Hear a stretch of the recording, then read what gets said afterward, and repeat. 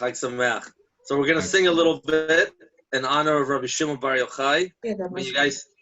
You guys can see the words on the screen? Okay. So here we go. I hope you can hear me fine. Let's go.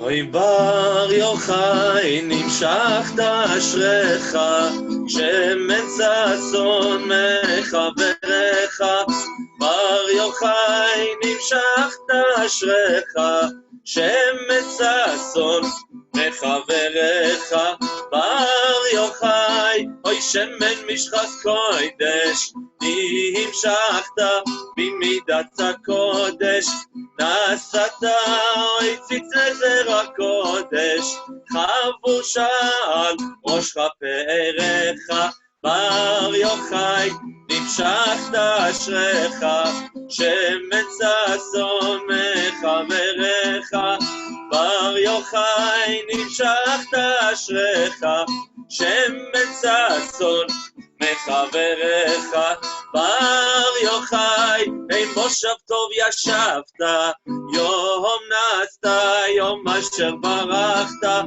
במערות ביצורים שעמדת שם קנית אותך והדרך בר יוחאי נמשכת אשריך שמן ששון מחבריך בר יוחאי נמשכת אשריך שמן ששון מחבריך. One more.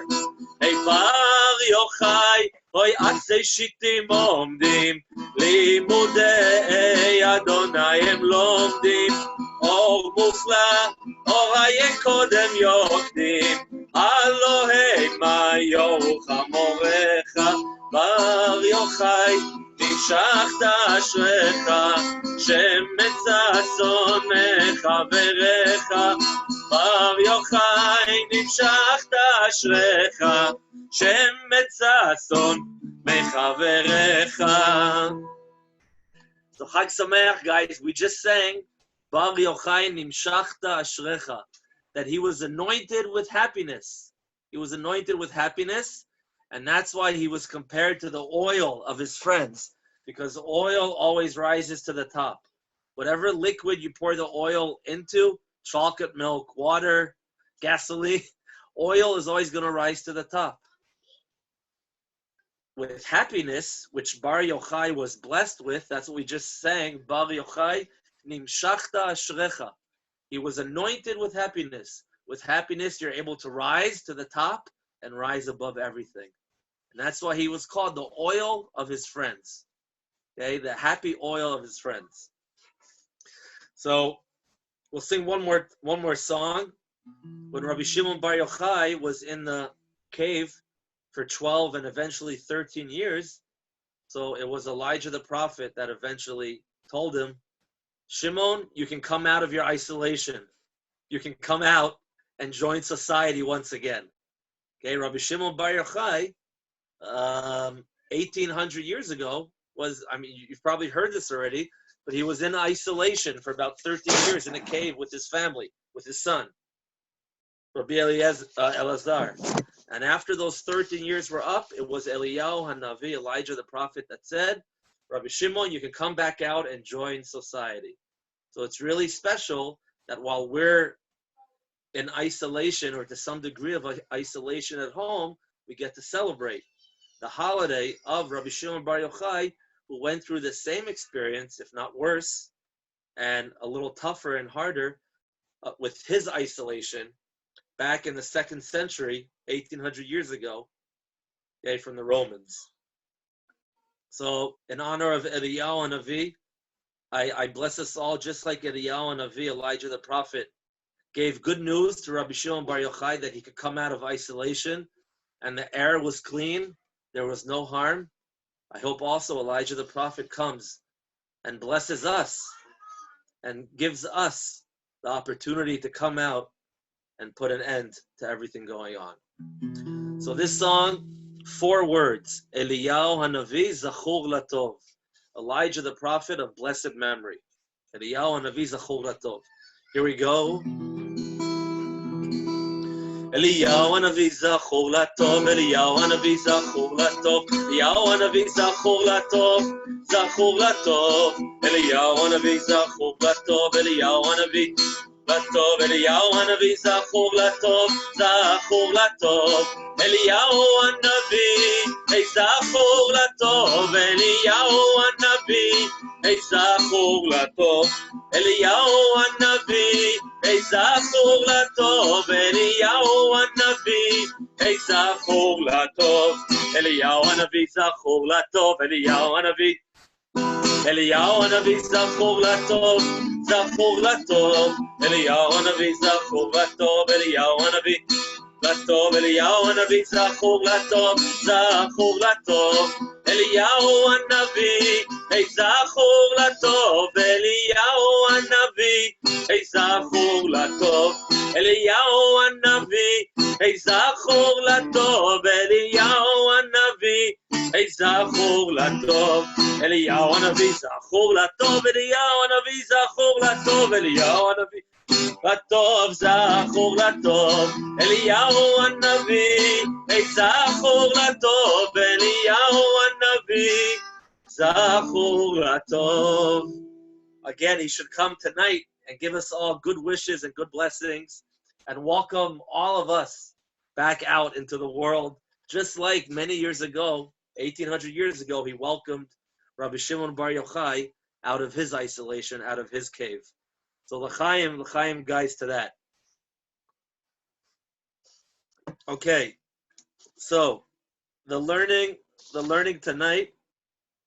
I'm not sure if you followed the news, but not too long ago, an Israeli soldier was killed. Okay, his name is Amit Ben Yigal. He was in Golani. That happens to be the brigade that I was in as well when I was in the army. He was in a special elite unit in Golani, and they were arresting terrorists in the northern Shomron in an Arab village, and he was killed. So his name is Amit Ben Yigad. His funeral was just a few hours ago here in Israel. I listened a little bit to his father and his mother talking about him on the radio a few hours ago, and his father said that his son in 11th and 12th grade was not really planning on joining the army and giving it all he got. He was planning on getting drafted and getting a very simple, easy job and, getting through those 3 years and getting them over with almost as soon as possible. But he went in his, in 11th grade, he went on the March of the Living. He went to Europe, to Poland. And one of the days there, he called his father and he was crying. And he said to his father, Baruch, his father's name is Baruch.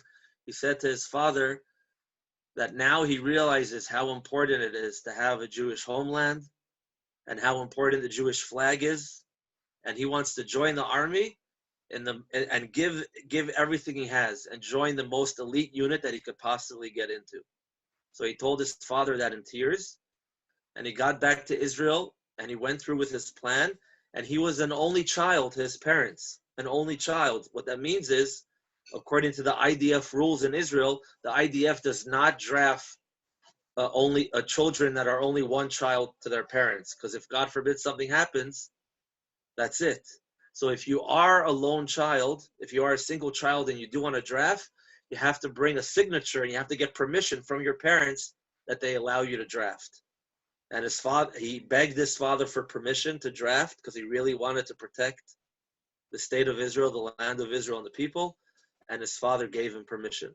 And he drafted, and he gave it all he got. You could see pictures and videos of him circulating on the web. Very joyous, fun guy he looks like. And last night on Lag BaOmer, the beginning of Lag BaOmer, he was killed.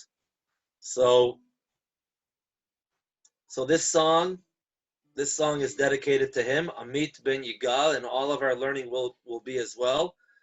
The words of this song are V'hareinu Hashem Elokeinu b'nechamat Tzion Yirecha. We ask God to see the consolation of Israel. We wait for the day when Hashem will come to us in a revealed manner and console us for all the pain we've been through, and console the land of Israel.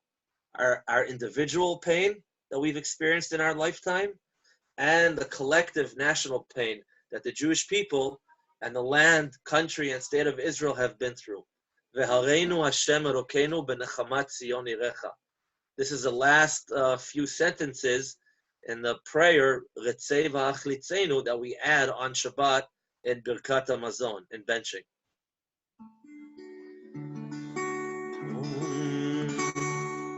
Vehareinu Hashem Elokeinu benechamat Zion irecha ובבניין ירושלים, ירושלים עיר קודשך,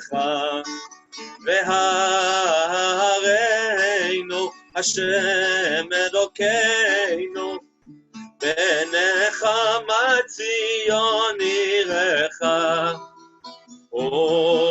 ובבניין ירושלים, ירושלים עיר קודשך, כי אתה הוא בעל הישועות, בעל הישועות ובעל הנחמות, כי אתה הוא בעל הישועות, בעל הישועות ובעל הנחמות.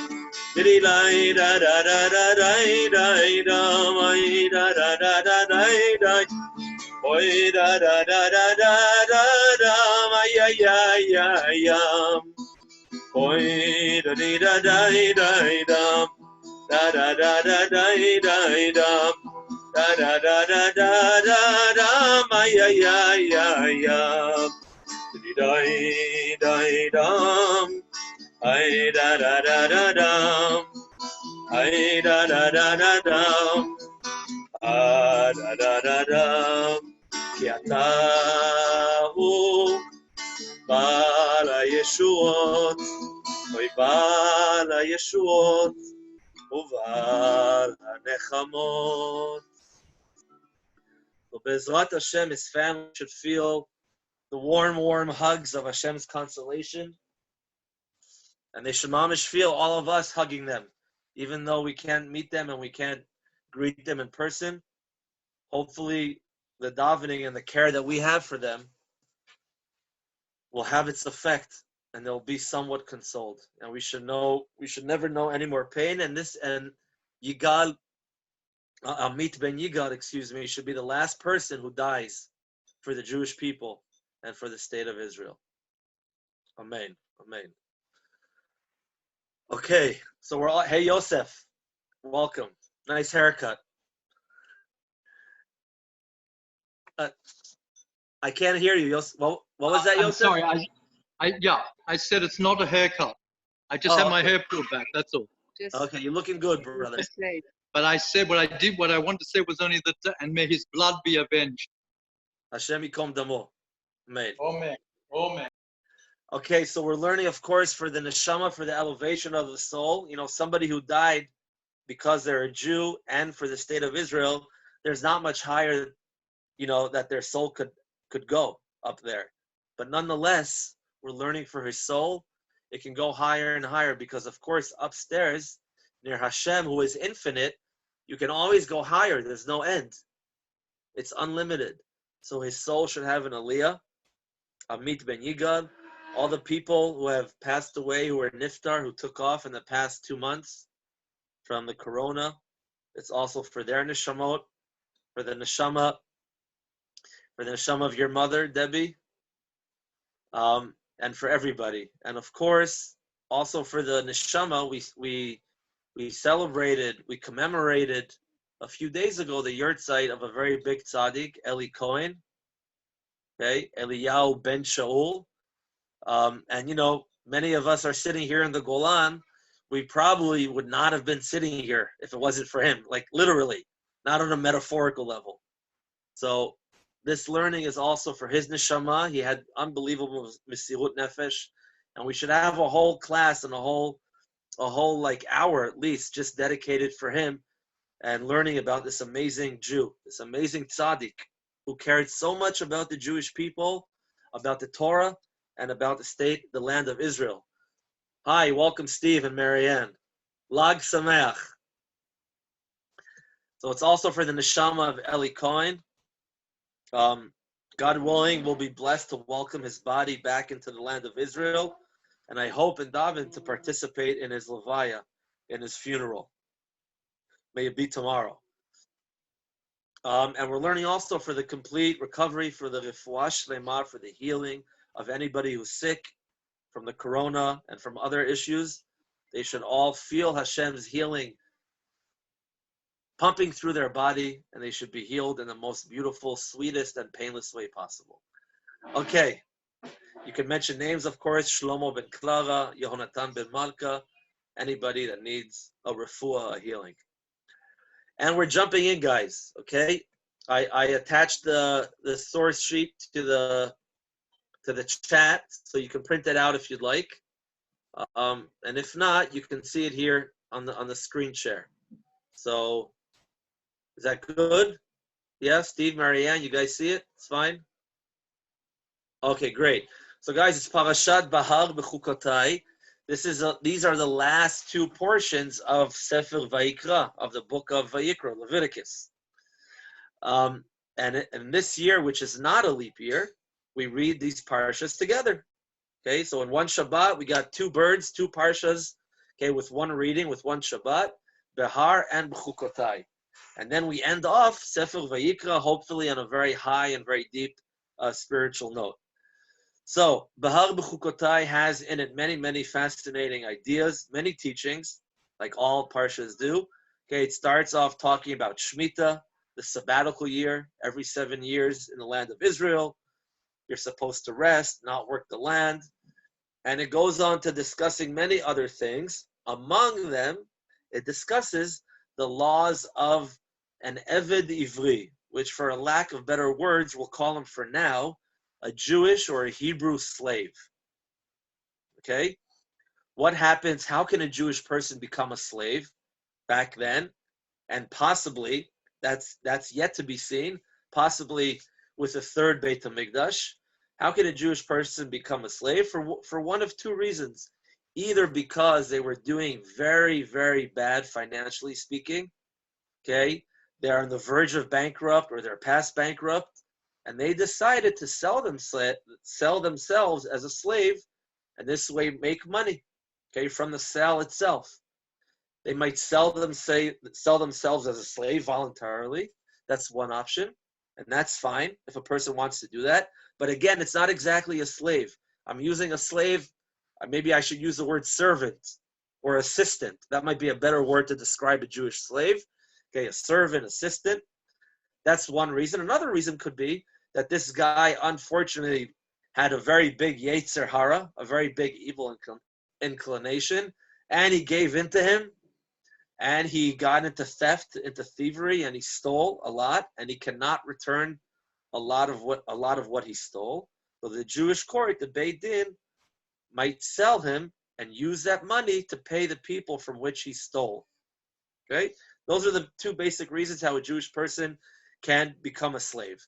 And of course, there are specific laws in which how you have to treat a slave, a Jewish slave. It's not exactly a slave. The rabbis say, Misha kana eved, kana adon le'atzmo. If you bought a slave, you actually bought a master. You have to treat them with the utmost respect.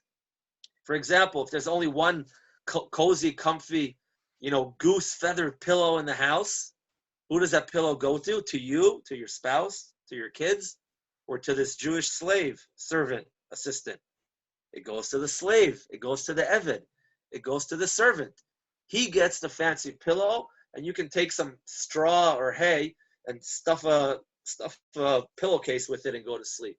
Okay, so a Jewish slave, again, the slave is not the best word, Jewish servant.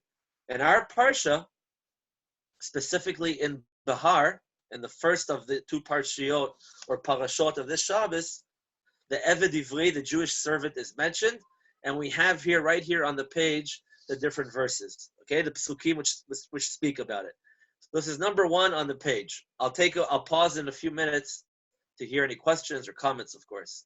So the Torah says, you have it there in English as well. V'chi yamuch achicha imach. If your brother becomes destitute, that's this translation. In Hebrew, yamuch, like namuch, like low. In Hebrew, namuch is low. If your brother reaches a very low point in his life, again, it could either be a financial low, or it could be a lower low than that, which is a spiritual low, which caused him to steal, and now he's being sold by the court, by the Beit Din. So if your brother reaches a very low level, and he is sold to you, v'nimkar lach, lo ta'avod bo avodat aved. You should not treat him, okay? You should not make him work as a slave, okay? What does that mean? We'll see in just a moment. Kisachir ketoshav v'yeimach. He should do work for you as if he is an employee or as a resident, meaning he should work for you as if he is someone that you are employing for the whole year, an employee, that you're paying for the whole year to work, to take care of your garden, or to pick your tomatoes, or whatever it is, or as a resident, or as someone who lives in Israel and wants to work for you for the day, for a few hours, for the month, whatever it is. That's how you should treat him, okay? Meaning not as a temporary worker, as a permanent worker. And Rashi will explain in just a moment what that means. Okay? Ad shnat hayovel yavod imach. He only will work for you until the Jubilee year, until the Yovel year. Okay, I mentioned before that in this parsha it talks about the sabbatical year, the Shemitah, that every 7 years the lands go back to their original owner, and this way each tribe will maintain their lands in the state of Israel. Not only do the lands go back to their original owner, but also slaves that were enslaved, they are also released on the Shemitah, on the sabbatical year. Okay? But there's a special year, every 49th or every 50th year, we count 7 cycles of Shemitah, of the sabbatical years. 7 times 7, 49. Even I know that, failed in math in high school, but I know that. Okay, 7 times 7, 49. And the 50th year is the Yovel, the Jubilee year. Okay, in the 50th year, slaves go free, the lands return to their owners, debts go free as well, and so on.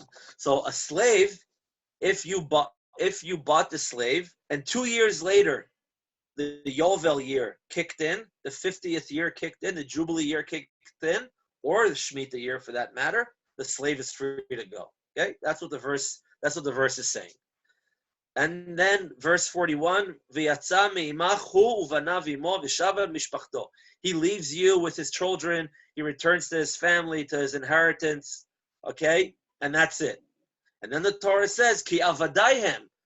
He's not really your servant, he's not really your slave, he's my slave. All of you Jewish people are my slaves. Asher hotzeti otam me'eretz Mitzrayim, which I took out of Egypt. I didn't take you guys out of Egypt, and now you're free. Kind of like when the apartheid in South Africa ended, and that was great, that was good. So the black people there got freedom, and now they were free. They were not slaves anymore. They were not second or third class citizens, but that they could do whatever they wanted. That wasn't the case when we came out of Egypt. When we came out of Egypt, we basically changed ownership. Once we were slaves to Paro, and then Hashem interfered, and now we're slaves to God, or we're servants to God, we're assistants to God, is a better word, okay? So Hashem is saying, he's not really your slave, you can't really buy him. I bought all of you guys when I took you out of Egypt. You're my slaves, okay? So on the sabbatical year, or in the Shemitah year, or in the Yovel, the Jubilee year, the slaves go out free and they go back to their family. Great. Lo yimachru mimkeret eved. Okay, they're not going to be sold as slaves were sold back then in the marketplace. Bidding. I hear 50. I hear 100. How much are you going to take for this guy standing here? That's not the deal with you guys. You're my slaves. Every 7 years, at the most, and every 50th year as well, you go back home. You're free. Lo tirdevo v'parech v'yareta me'elokecha. You should not treat him, okay, with rigorously. You should not treat him harshly, and you should be in awe or in fear of me, your God. Okay, go easy on him. So the pasuk said, okay, this is the first pasuk, 39. Lo ta'avod bo avodat aved. You should not make him work as a slave. Now, when I read that, or when you guys read that, what you might think of, okay, right away, if it says something like that, you should not treat him as a slave. What I might picture in my head is, oh, that probably means don't make him work on the railway in the boiling hot sun, schwitzing, okay, and fainting and perhaps dying or, on the rails. Don't make him pick cotton all day in the cotton fields, okay? Don't make him clean the sewage system. Those are like crazy, intense, hard jobs. But Rashi explains, what does Rashi say? Rashi says, avodat avid, avodah shel gnai, degrading, or gross, or ichi, work, sheyeh nikar ba ke'eved, which he is made to look like a slave. Don't make him do something which is very gross. That's the real translation of gnai, okay? Miguneh, which will make him look like a slave. What should you not make him do? Shelo yolich kelav v'charav. Don't make him carry your clothing to the bathhouse. When you're going to the bathhouse to take a shower once in a while, like back then, don't make your Jewish servant slave carry your pile of clothing. What else? V'lo yan'ilo min alav. Don't ask him to put on your shoes. What should you ask him to do? Rashi says, Kisachir kitoshav, like an employee who's working for you for the day or for the month or for the year. For example, you should make him work in the fields, agriculture, umelechet omanut, okay? All kinds of different craftsmanships, okay? Like if he knows how to be a smith, a blacksmith, make him be a blacksmith. He should do that all day. Or make him plow the fields, plant tomato seeds, and so on. Okay, so, but this is kind of crazy. Okay, so you're supposed to treat him nicely. You should not let him carry your clothes to the bathhouse. And you shouldn't let him put on your shoe. How much does this person have to sweat to carry a package of clothing for somebody else? Hardly anything. And then wait in the bathhouse while you take a bath and shower? That sounds much more desirable than working in the hot fields all day. But for whatever reason, the Torah, and Rashi is giving an example, the Torah is saying you're not allowed to ask him to schlep your pile of clothing, but you are allowed to make him work in the hot, boiling sun of August in the fields picking cotton or plowing when he might be on the verge of fainting. That you are allowed to do, which is a little odd because I might have thought the opposite, okay? Meaning the Torah is saying it's not a question of how much physical effort he has to put into the work that you're asking him to do. It's a question of his mental state, okay? And you cannot ask him to do something which mentally might not feel good to him. Because if he's carrying your clothes, this is what Rashi seems to be saying, people might look at him as your slave, and that's going to feel bad for him. His emotional state, okay, he'll be hurt emotionally. And you can't do that to him, okay? You could put him in a painful situation, so to speak, physically. Okay, that's what the Torah seems to be saying. Okay, but this is still odd, okay, and this is still weird, because perhaps there is a servant, an Eved Ivri, a Jewish servant, a Jewish slave, who prefers to do these easy jobs, carrying a nice package of clothing, fresh from the wash, for you to change into after your bath, or putting on your shoe instead of being in the hot fields all day. Perhaps there is someone who would enjoy an easier job much more than a tougher physical job. But nonetheless, okay, the Torah says, no, you can't have him do that. And the question is why? Why can you not have your servant be a butler? What would a servant choose, a butler or a slave in the fields? Dehydrated, boiling, schwitzing, stinking, smelly, at the verge of fainting and possibly ending up in the hospital. Or being a nice butler, carrying your clothes, opening your door, getting your shoes. If I was a slave, God forbid, it's quite obvious what I would choose. But for some reason, the Torah says, no, a Jewish slave cannot do that. He has to do the harder job, the more difficult job, the more painful possibly one, and not be your personal butler. Okay? Now, I want to hear if anybody has something to say about this, okay? But before that, I just want to add one more question, okay? Because when Rashi says that you cannot treat your slave and you cannot ask him to carry your clothes or put on your shoes, that's an example of what you cannot do to your slave. That would, and the Torah says, why can you not treat your slaves like that? Because Hashem says, all you guys are my slaves. So when I saw that Rashi, my Gemara hat kind of went into action. And my Gemara hat said to me, wait a second. If Hashem is telling us that you cannot treat the slave with slave work, and Rashi brings an example that slave work is having him carry your clothes or asking him to put on your shoes, that would imply that for God, we are supposed to do that. You guys following what I'm saying? If Hashem is saying you can't treat your slave in the following way because you're all my slaves, and Rashi brings an example of what the following way is, you cannot ask your slave to put on your shoes and carry your clothes. So that would mean, on a somewhat metaphorical, obviously, level, which needs some explanation, we are supposed to do that as slaves to God. If we can't do that as slaves to a human being, because we're God's slaves, so then, by default, that's something that we should be doing for God, carrying His clothes and putting on His shoes, whatever that means. Okay, so we'll see in a moment what's going on there. Before that, does anybody have anything to add before we continue? No. Okay. So we're continuing, guys. We're at number 2. Great. We're at number 2. Okay. So first of all, guys, again, why in the world are you not allowed to ask the slave to do easy jobs, physically easy and nice maybe, and possibly even respectable jobs, and you're only allowed to ask him to do hard, difficult jobs? And second of all, how, from a metaphorical perspective, and I'll explain that in just a moment, how are we supposed to be carrying Hashem's clothes?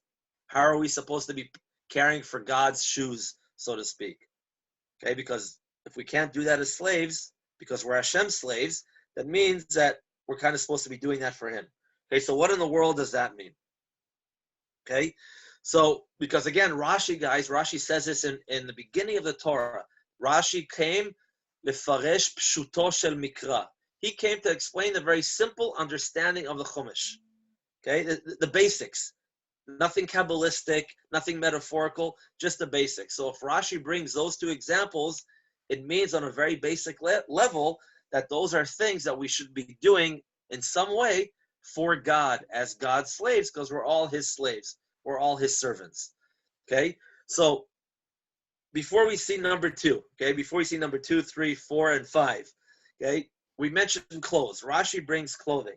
The example is assisting the master with his clothing, carrying the clothing, and then putting on his shoes. Okay?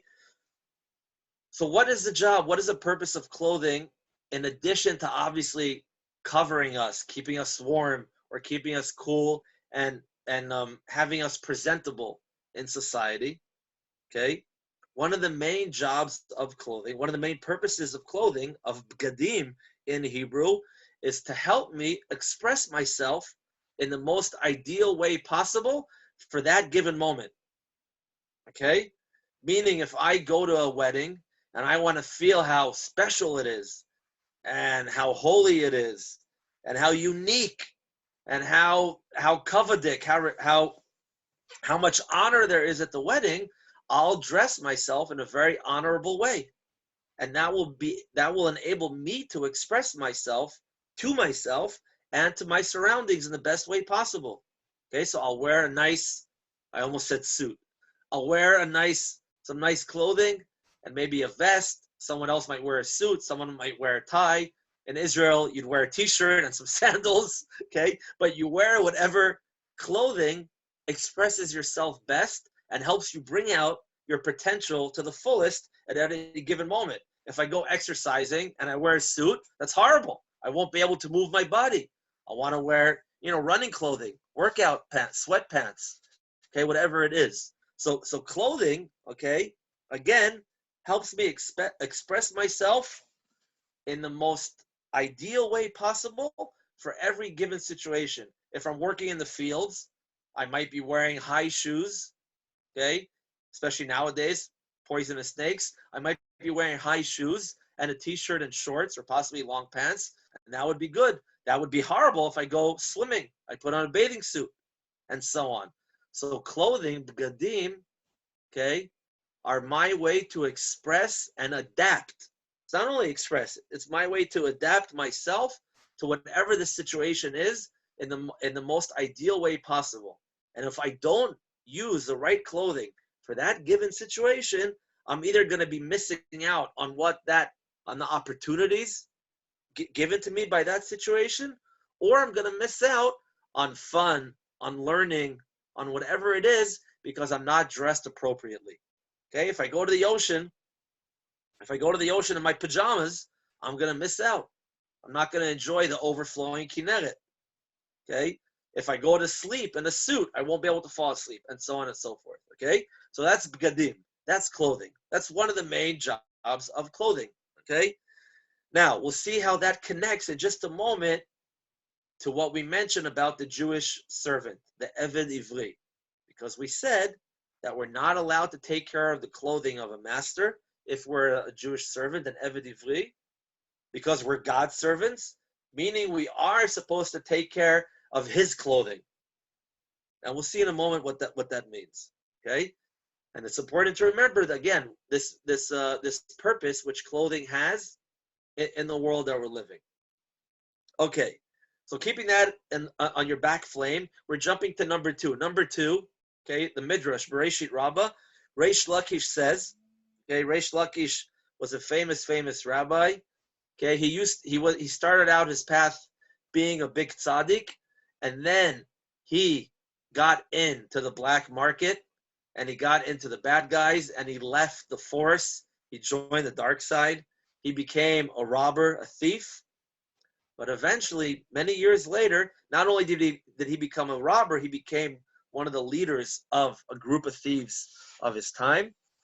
But eventually, years later, he did tshuva, he repented, and he became a big rabbi. Rav Steinsaltz actually writes that he was one of the first Jewish gladiators who was a Jewish gladiator not because the Romans took him as a captive and threw him into the pit with the lions or other Roman gladiators. He was a Jewish gladiator that he was awesome at it. So he would make money off of killing people or animals, okay, in the theater or the amphitheater or the hippodrome, whatever they're called, like what you have in Beit Shan or Caesarea. So he was a killer. Okay, he was a killer and a thief. He did tshuva, he repented, and he's one of the biggest rabbis, okay, in the Gemara and in the Midrash. Reish Lakish. Okay, so Reish Lakish says, Ha'avot hen ha'merkava. The avot, the patriarchs, okay, Abraham, Isaac, and Jacob, Sarah, Rivka, Rachel, and Leah, they are the chariot, the wagon. Shene'emar vayal Elohim me'al Avraham. As it says, after Hashem spoke to Avram, it says, Hashem rose from above Avraham. That seems to imply that he was on top of Avraham, that God was on Avraham. It also says it again, Vayal me'alav Avraham. Hashem rose from above Avram again. And later by Yaakov Avinu, it says, V'hineh Hashem nitzav alav. And God was standing upon him. From these psukim, the Midrash, Reish Lakish derives, okay, and there are many other examples that the rabbis say the same concept, that the avot and the imahot, the good old guys, the few good men and women back then, good old Abe and Sarah, they are the chariot for God. What does it mean that they are God's chariot? Okay, they are God's wagon. So we'll jump to number 3, to the good old Maharal of Prague.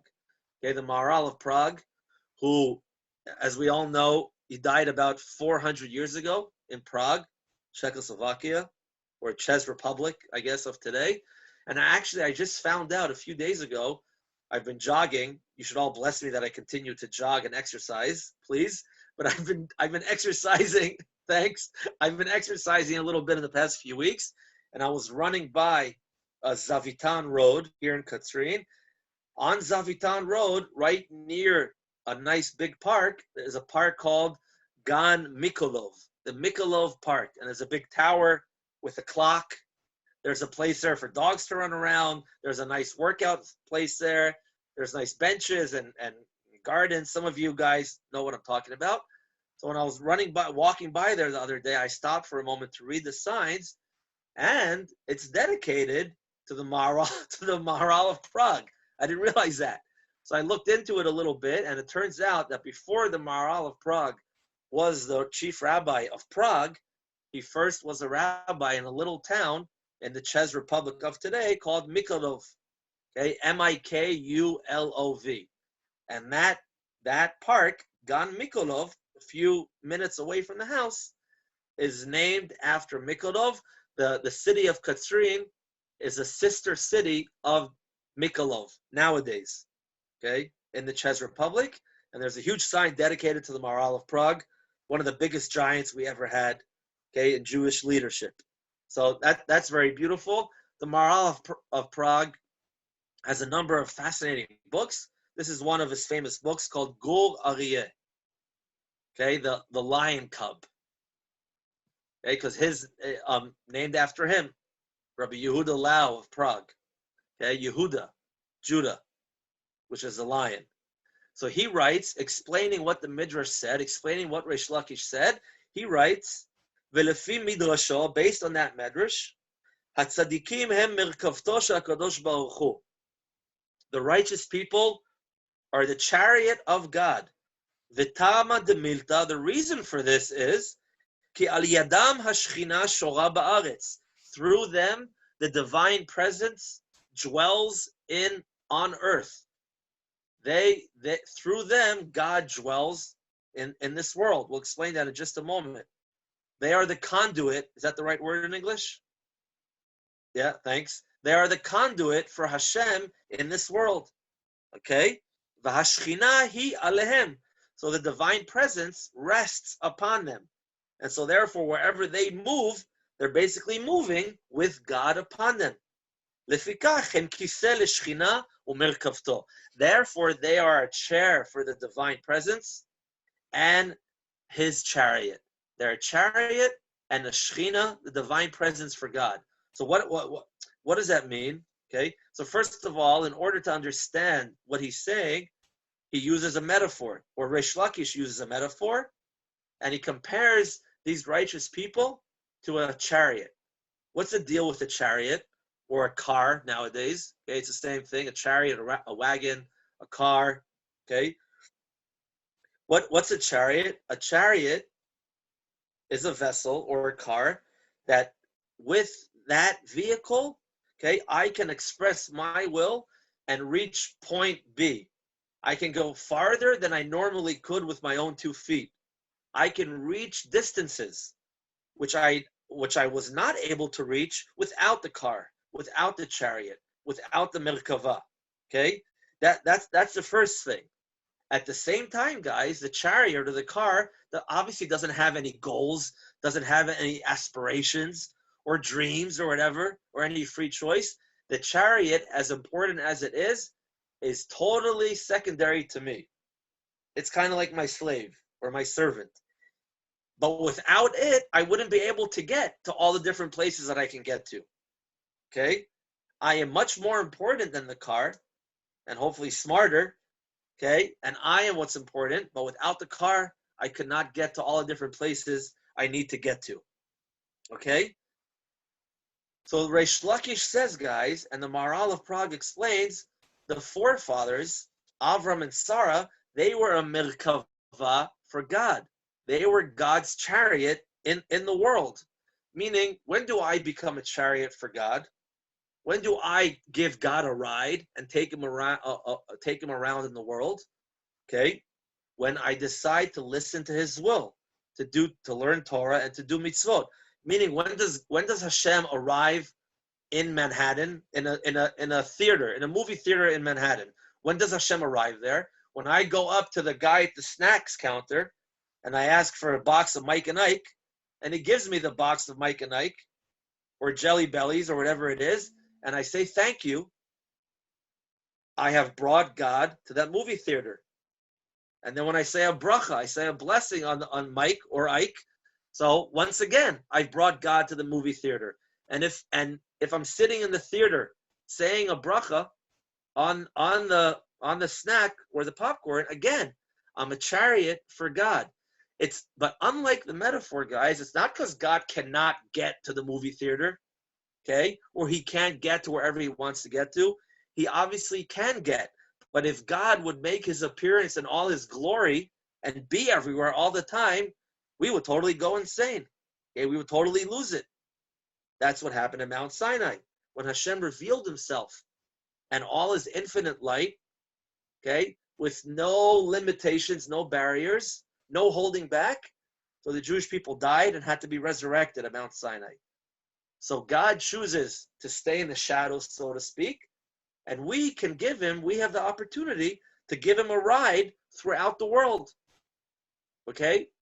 But the thing is, when I'm giving Him a ride in the movie theater, when I say the blessings, sitting on that cushion, sitting on that chair in the movie theater, so at that moment, my mouth is a chariot for God. Or if I'm saying thank you to the guy selling me the Mike and Ike, my mouth has become a chariot to God. Okay, but if at the same time I'm using my eyes to look in a not nice way at somebody else, so my eyes are not being a chariot for God, my eyes are not bringing godliness to the world, only my mouth is. And only when I'm saying thank you to that guy, or only when I'm saying the blessing on the food.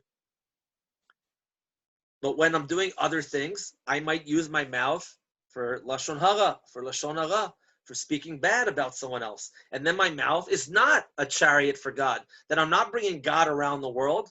I'm giving other not so good things a ride on my lips. So Reish Lakish says, and this is what the Maharal of Prague explains, that the Avot, Avram and Sarah, Yitzchak and Rivka, Yaakov, Rachel and Leah, okay, they were a Merkava, they were a chariot for God all the time. Okay? When? All the time. 24/7. And which part of their bodies? All of their part of their bodies. Meaning they reached a level, okay, that they always did what Hashem wanted of them, non-stop, with every limb and every fiber of their being. And this is what, guys, this is a number 4. This is what the Baal Tanya explains. The first rabbi of the Lubavitch Hasidic movement wrote a famous book, the Tanya. So this is what he explains. Okay, Zeu she'amru rabotenu. This is what our rabbi said of blessed memory. Ha'avot hen ha'merkava. The forefathers, they really are the merkava. He emphasizes it twice. Hen, they are the chariots. We'll see in a moment why. Shekol evrehem kulam hayu kedoshim umuvdalim min yanei olam hazeh. All of their limbs, all of their body parts were holy and dedicated to God. Velo na'asu merkava rak leratzon ha'elyon levado kol yemeihem. They were dedicated to God all of their lives, all the time, with every part of their being. Meaning, they all the time were doing what Hashem wants. They never had a break. If they did something, okay, it was God's will. They would only do something which was God's will. They were a non-stop chariot. They were like an electric car that never ran out of electricity, or a gas car that never ran out of gas, always bringing God to all different parts of the world. Non-stop. Okay? And what the Baal Tanya adds is that upstairs, not in our physical world, God has the angels. The angels are His Merkava, His chariot. Okay, like Yecheskel Hanavi, Ezekiel the prophet saw. He has all His angels that express His will upstairs. But in this world, it's the tzaddikim and tzaddikot, the righteous people. And that's why he emphasizes they are truly the chariot. Hen. The angels, that's nice and cute. But the real chariot for God, the ones that really express God throughout the universe, are the avot, are the righteous tzaddikim. Okay? That's why so a tzaddik, again, will only do God's will, no matter what. I might have shared this story with some of you in the past. There were students of this one rabbi. His name was Rabbi Yecheskel of Kuzmir. Right? Rabbi Yecheskel of Kuzmir was one of the big students of the Chose of Lublin, the seer of Lublin. So he was one of his big students, and he eventually became a rabbi in his own right. He was an amazing person, okay, very, very special. And two of his students wanted to visit him on Erev Shabbat, on Friday, right before Shabbat. So they passed by his house, and they walked in to see him. But his shamish, his helper, told them that he cannot take people now. He is resting. He is sleeping now for Shabbos. So he enters Shabbat with a lot of energy. And he doesn't, many of us like start nodding off during Kabbalat Shabbat in the synagogue, in the shul, but you're not really supposed to do that. You're supposed to take a nap before, so you can be there in the synagogue at davening with all your energy and everything you got. So he was taking a nap. So they asked his shamish, his helper, if they could at least take a peek and just see him sleeping. And that will be enough. They just want to see their rabbi. So he said, fine. So they opened the door, and they saw their rabbi sleeping, Rabbi Yecheskel sleeping there, lying there. And they watched him for a few moments. I know this could sound a little odd, but remember, if a tzaddik, if a righteous person is a 24/7 chariot for God, nonstop, then every second they're bringing God to the world and doing God's will. Also, when they're sleeping, okay, there are stories in the Talmud when rabbis walked into their bedroom with their wives. I'm not going to share the whole story now, and this is to the extreme. And there was a student hiding in the bedroom because the student said, "Listen, you're an expression of God's will. I need to learn. I need to know what is God's will, how to behave in the bedroom." So that's an extreme. And the rabbi explained to him that things don't work exactly like that. But in any case, they peeked in on their rabbi sleeping, and they noticed that the rabbi had an itch in his shirt, under his collar. So normally, a person while they're sleeping, if they're itching over here, like in their throat area, neck area, they'll take their hand, put it under their collar, and itch. But they noticed that their rabbi, Rabbi Yecheskel, he made sure he was wearing sleeves. I don't have long sleeves on right now, but he brought the end of the sleeve to his fingers, and then he itched his body with the end of his sleeve. Because if you itch a covered part of your body with your hands, you're supposed to wash your hands afterwards. Not with the bracha, but you're supposed to wash your hands because you had some degree of impurity, of tumah. So they noticed while he's sleeping, he did that. Meaning on a subconscious level, he's so plugged into God, he's so connected to Hashem that without even noticing, his body, kind of like in cruise control, is just doing God's will. Okay, so that's what we're talking about, being a constant chariot for God. Because when you're doing God's will all the time, you're a messenger and you're a chariot and you carry him through the world. That's why, guys, if you remember the story, okay, we just from Pesach not too long ago, this argument among the commentaries, what exactly happened when the daughter of Paro went down to the Nile to take a bath, and then she saw Moses in the little floating teva. So it says, "Vatishlach et amata." She sent her amma. Now the commentaries disagree whether an amma means her maidservant, her slave, or an amma means her arm. Okay, in biblical Hebrew, an amma is an arm. So maybe she stretched out her arm, and then maybe a miracle happened, and it was like go gadget arm, and it reached Moses in the water. Okay, and maybe she sent her maidservant. But why is that? Why is there that argument, discussion? Because a servant basically is your extended arm. It's basically the same thing.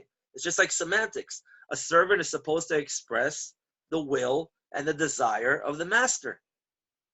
That's why a servant is called, a maidservant is called an amah, an arm, because that's essentially what they are towards the master. Okay? So if that's the case, guys, and we're supposed to be God's servants in the world, we're supposed to be his slaves. He took us out of Egypt. We're supposed to be his outstretched arm, and we're supposed to be his chariot as much as possible. So basically, that's what Rashi might be saying, okay, that for a human master, you cannot take care of their clothes. But for God, you're supposed to do that because you're God's slaves. Meaning, we're supposed to help God, okay, express himself throughout the world. We said before that what did clothing do? Clothing helps us express ourselves in the most ideal way possible for that situation. Okay, so for example, the people in Syria were suffering for many years. They probably still are. For many years, the civilians in Syria were suffering, okay, from the civil war. So what was God's will at the moment? How did God dress up in the moment? Okay, we brought his will as his slaves, as his servants, and people in the Golan got together to donate toys and clothing and food to the poor people in Syria. Okay, that was for that. When there was an earthquake in South America and other parts of the world, you guys all know these stories. So God dressed himself up in a different way. How did we dress God up? How did we adapt God to that situation? How did we bring godliness to the earthquakes? We brought help and aid to them. Okay? How do we bring God to the world on a whole nother and different level? By so many, for example, yeshivot, so many yeshivas here in Israel. Okay? We bring God to the world. We become a chariot for him. And we decide, again, what clothing, so to speak, God should wear at any given moment in the world. That's an obligation and a responsibility he gave to us as a Jewish people, okay, when he chose Abraham and Sarah and all those good folks. Okay, so that's exactly bringing his clothing. We're not supposed to do that for a human being master because we're supposed to do that for God. We're supposed to be his servants, okay, his slaves, and share with the world how he wants to express himself at any given moment. You guys following me with this connection I'm doing? Okay, so the problem is, guys, okay, is that in order to do that, you have to be totally available to God. You have to be accessible to be able to bring godliness to the world, to be his chariot. If you're busy using your body to do other things, if you're giving a ride to not good things in the world and bringing negativity into the world, then obviously you can't be busy bringing godliness into the world, okay? And what is the real danger? I might be involved in so many other fun things and pleasurable things and things which I enjoy that I'm going to escape my real purpose in the world, which is to bring godliness throughout the world and make the world a better place. Okay, that, for example, okay, that it's a very fine line. We've shared this in the past. Okay, when Napoleon invaded Russia in 1812, so there was an argument among the different rabbis back then if they should pray and daven for the success of Napoleon, who was bringing freedom, emancipation, good times to the Jewish people, because they were afraid that with all the good things that freedom of religion and emancipation would bring, many of the Jews would forget what their real purpose was in the world, to be a chariot for God, to represent God, and to make the world a better place. So if I have an easy job as a slave, that might make it very difficult for me to remember what my real job is in the world. And so in that regard, if a slave has a harder job, then it's easier for him to remember that he's not really the slave of that master, that human being master. He really is supposed to be the slave of God. But if he has an easier job, like carrying the clothing and the shoes, he's gonna be having the time of his life. This is awesome. I should have sold myself as a slave earlier. Or I should have stolen earlier and then I would have been a slave. This is great. I get free food. If there's only one good pillow in the house, I get it. I get fed first before the people in the family.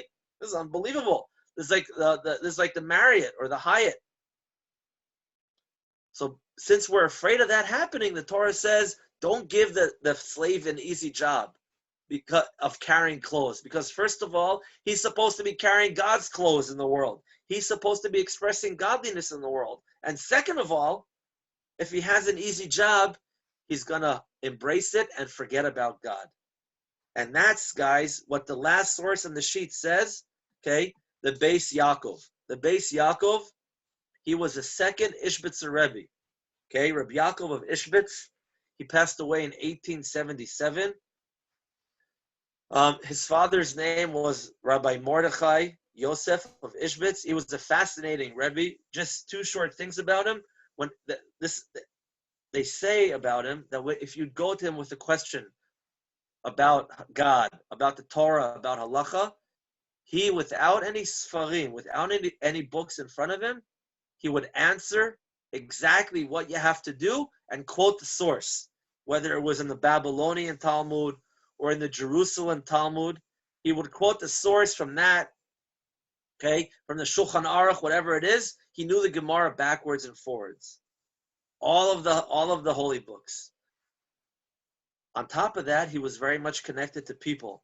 Okay, there was a time during his lifetime when the Poles were drafting soldiers, and people came to him asking for a blessing, and they said to him, listen, we went to this other rabbi asking for a blessing, asking for that rabbi to daven for our sons that they not be drafted by the Polish army.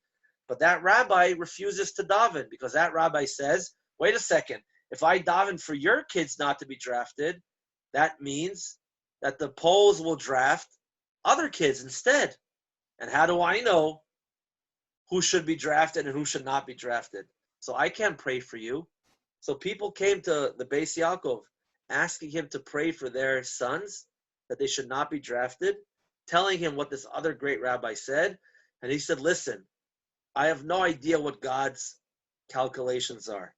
I'm going to daven for your children, and God will take my tefillah and use it in the best way possible. God knows what to do with my prayers. Okay? So he prayed. He prayed and prayed and prayed. So he has an amazing sefer, okay? The Beis Yaakov. This is the book, okay? Very, very deep ideas, very at length. It starts with a lot of Kabbalah, okay? It is like a picture. It's written in good old Rashi script to make it extra difficult to learn, okay? But it's very, very sweet. It's very good. So he writes, he explains on what we were saying. I'm just going to share it right away into English. He says when the Torah says you cannot, okay, enslave your slave beparech, with hard work, it means you can't cause your slave to give up on himself. Not to give up on himself physically.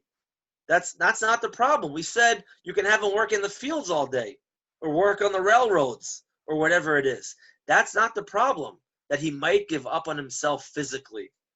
That's also a problem, God forbid. But the main problem is that he gives up on himself being a Jewish person. Okay? You don't want him to cause him to feel comfortable and at ease and happy that he's your slave. Because the moment you do that, he's going to start forgetting that he's supposed to be Hashem's slave. He's going to start forgetting that he's supposed to be God's chariot.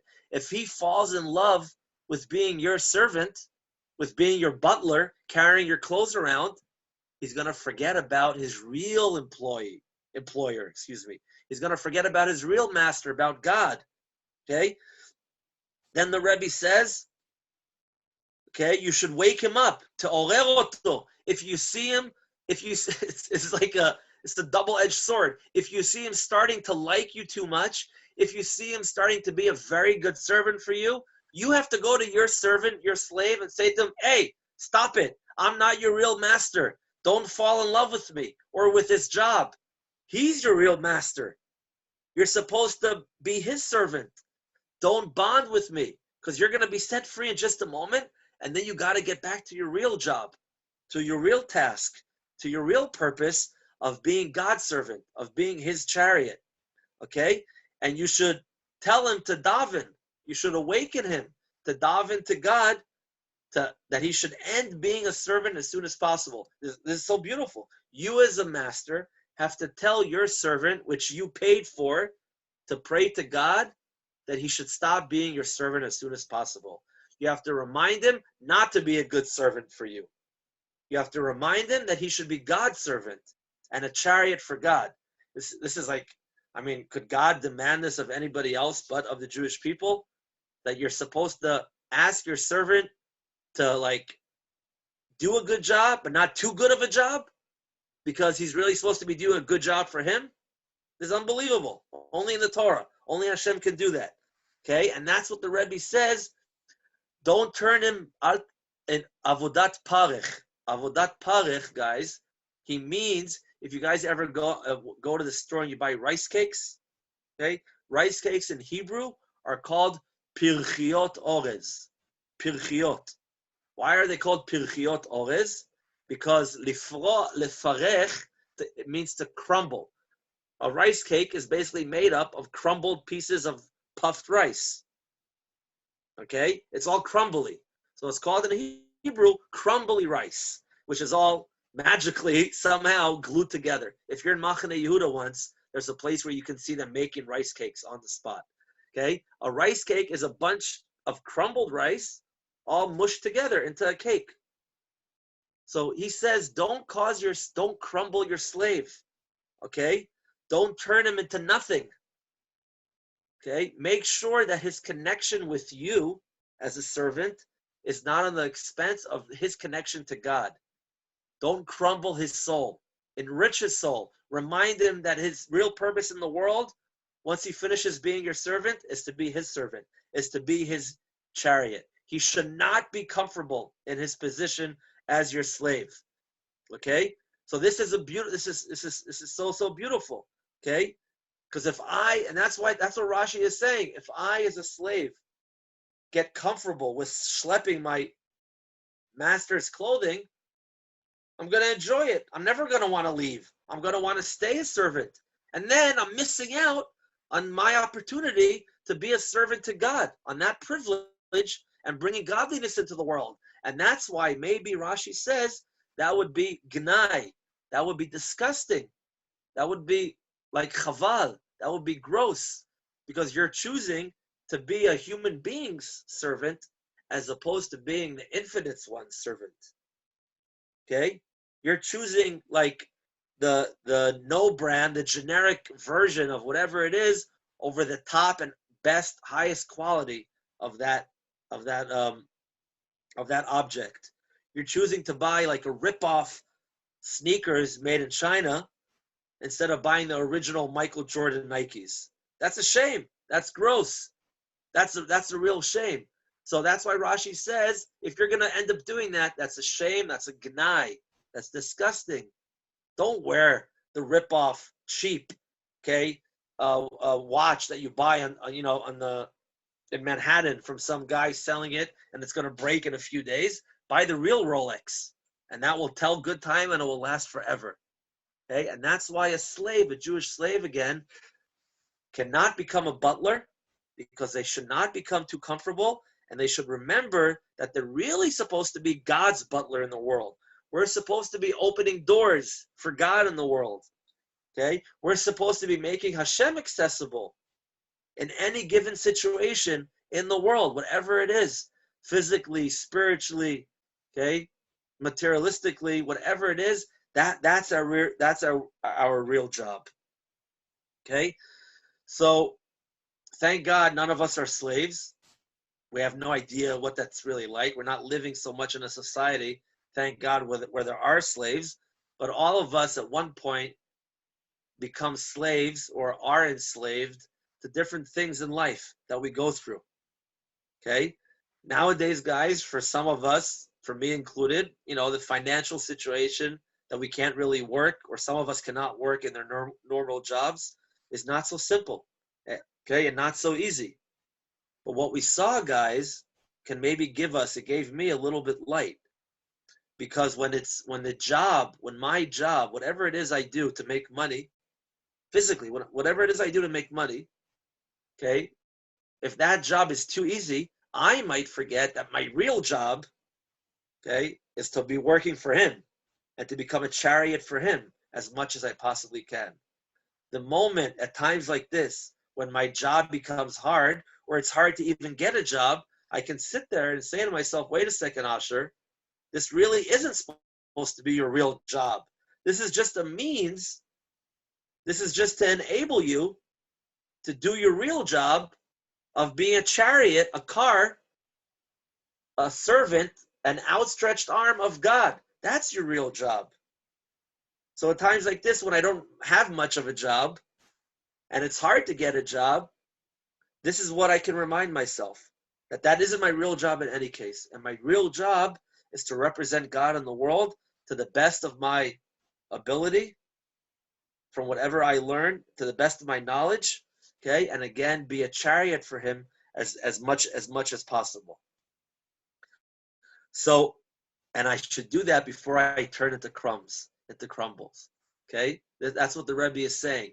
Because what the Rebbe is saying, if you see another Jew so much involved in whatever job that they have in this world, and they're enjoying it so much, and they talk about their physical job so much, if they're a computer engineer, okay, or a car mechanic, and that's all they talk about, and they're really into it, that's fine that they're into it, but their neshama, their soul, is turning into crumbs, is crumbling away.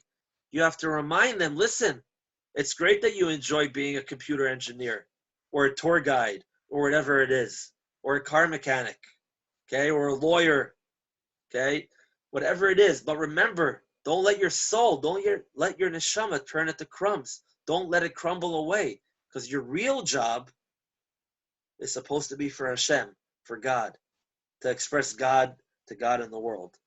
And I just want to end, guys, by saying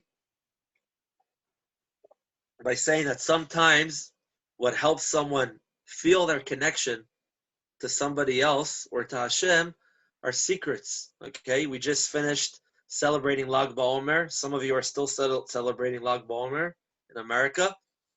So Rabbi Shimon Bar Yochai was all about secrets. He lived during a time when there was no temple.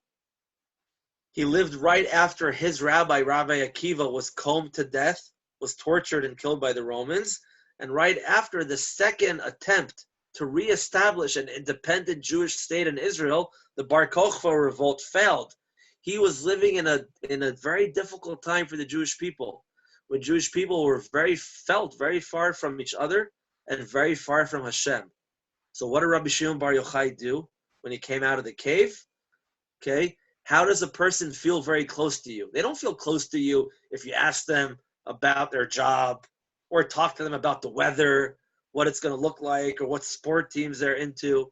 That's nice and cute. That's kind of like the chit chat with the tequila at the cocktail party. That doesn't bring people together. People feel close to each other, whether it's family or good friends, when they share secrets with each other. When you share a secret with each other, that brings and connects two people. So Rabbi Shimon Bar Yochai, of course, knew that. So when he came out of his cave, and we're celebrating today his yurtzeit, his death, he knew what was going on. He made sure, okay, to share his secrets with everybody else, the secrets of God, also known as Kabbalah, to again bond their connection and strengthen their connection to Hashem. And what's very beautiful, guys, he did that 1,800 years ago in the 2nd century, and till today it keeps on evolving. Okay, because if with speech, when you share just information with somebody, and it goes through a number of people, it can get filtered and be broken. It'd be like broken telephone. And what you said a few days ago ends up being heard a few days later in a totally messed up and wrong way. But when you share a secret with somebody, since it usually comes from such a deep place, it also enters a very deep place in that person. And the chance of that secret being broken or misunderstood, okay, is much less. And in addition to that, you get to add your own secrets. So the secrets that Rabbi Shimon Bar Yochai shared so many years ago are still evolving today, okay, through the Torah that we just learned, okay, and through the Torah that you can all learn, obviously. So all I want to say is you can seize this opportunity. Everybody has different secrets for them, okay? Meaning wherever you are in your Torah learning, there's some subject or topic or book which is a secret to you, which you haven't learned yet. For me also, obviously, that's still a secret to me. I know nothing about it. When you open up a sefer, when you open up a holy book, or for the first time you read a nice inspiring idea from some teacher, from some tzaddik or tzaddikah that you never learned from before and was off limits for you and inaccessible until that moment, that's like a secret revealing itself to you. And that, at least to me, can be very inspiring and strengthen our bond with Hashem and enable us to be the correct chariots, okay, and the correct servants for God in this world and help us do a much, much better job. So we should all have the strength to do that. Anybody want to say anything or ask anything?